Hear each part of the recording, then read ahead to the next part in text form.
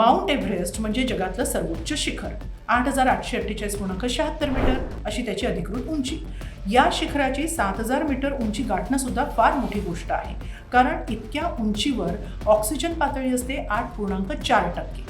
आणि अशाच शिखराच्या उंचीवर असतानाच एक शेर्पा बेपत्ता झाले. पुढचे 6 दिवस त्यांचा कोणताही थांग पत्ता लागला नाही. इतक्या उंचीवर कमी ऑक्सिजन पातळीवर ते जिवंत असणं अनेकांना अशक्य वाटलं आणि अनेकांनी त्यांच्या असण्याची आशा सोडली.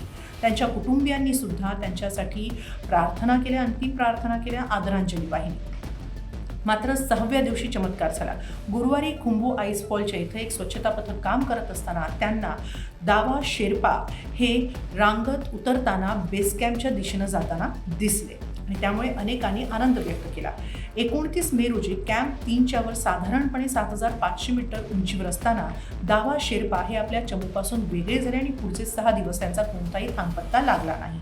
माजी ब्रिटिश मरीन आणि गिर्यारोहक क्रिस थॉल यांच्या मते साधारणपणे कॅम्प 4 वरून उतरत असताना ते त्यांच्या चमूपासून वेगळे झाले, त्यांना दम लागला असावा आणि त्यामुळे त्यांनी ते थांबले असावेत आणि तिथून त्यांचा आपल्या चमूशी संपर्क तुटला आणि पुढे त्यांचा कोणताच पुढचे 6 दिवस संपर्क झाला नाही आणि त्यामुळे अनेकांनी आशा सोडली होती की ते जिवंत असतील किंवा नसतील.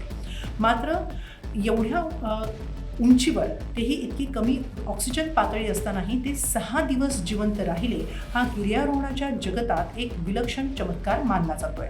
सध्या दावा शेर्पा यांची सुखरूप सुटका करण्यात आलेली आहे आणि त्यांच्यावर रुग्णालयात उपचार सुरू आहेत.